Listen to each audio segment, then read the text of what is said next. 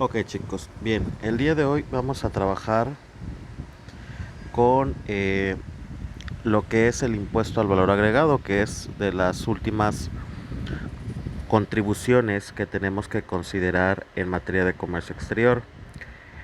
Hay más, por ejemplo el ISAN, pero el ISAN es muy en particular cuando estamos trabajando en la industria automotriz, pero en este caso nos estamos englobando en mercancías generales. Entonces, de entrada hay que entender qué es el valor agregado. El valor agregado en términos económicos generales es el grado de satisfacción que se supone nos debe dar el consumo de un producto o un servicio. ¿Sale? Eso es en el contexto económico general.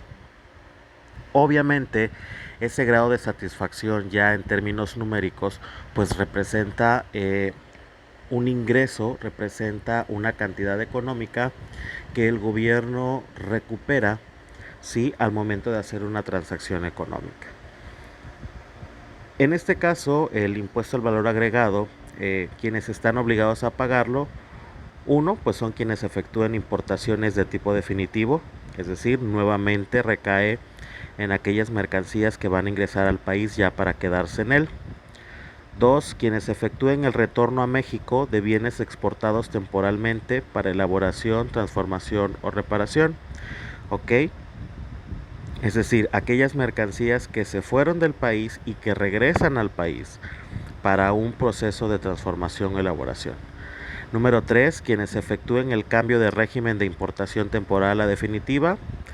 Igual, si voy a meter si las mercancías las mandé a México, sí, procedente de otro país, eh, para una importación temporal, porque nada más las iban a almacenar o porque iban a entrar a un proceso de elaboración y de transformación, y después de ese proceso se decidió que las mercancías ya se quedaran en el país para consumo, obviamente obedece al cambio de régimen y ahí se tendría que aplicar el impuesto al valor agregado.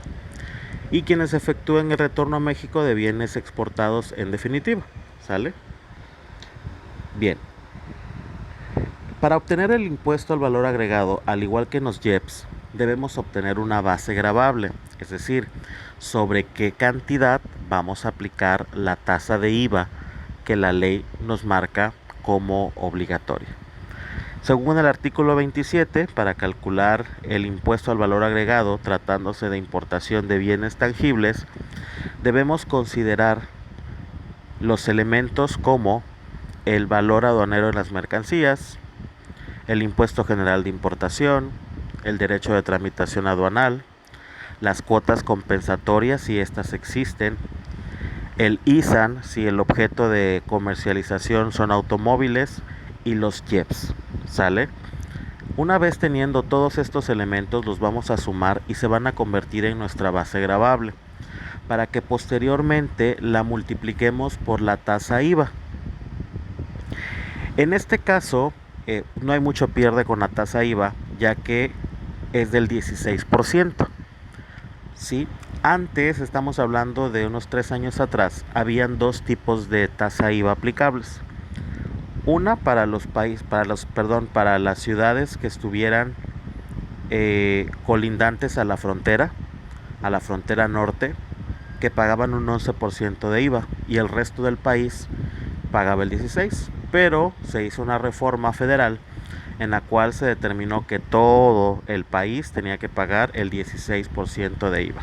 ¿Sale? En ese sentido, pues ya no tenemos pierde para buscar esa tasa de IVA que se tiene que pagar. ¿Cuándo se tiene que pagar este IVA? Bueno, según el artículo 28, tratándose de importaciones de bienes tangibles, el pago tendrá el carácter de provisional y se hará conjuntamente con el del impuesto general de importación, inclusive cuando el pago del segundo se difiera en virtud de encontrarse los bienes en depósito fiscal. Cuando se trata de bienes por los que no se esté obligado al pago del impuesto general de importación, es decir, del IGI, los contribuyentes efectuarán el pago del impuesto que esta ley establece, mediante declaración que presentarán ante la aduana correspondiente, ¿sale? Es decir, va de la mano con el pago general de las contribuciones que se tienen que presentar. Ahora, ¿de qué ley me estoy refiriendo? Bueno, de la ley de impuestos sobre el valor agregado, del IVA.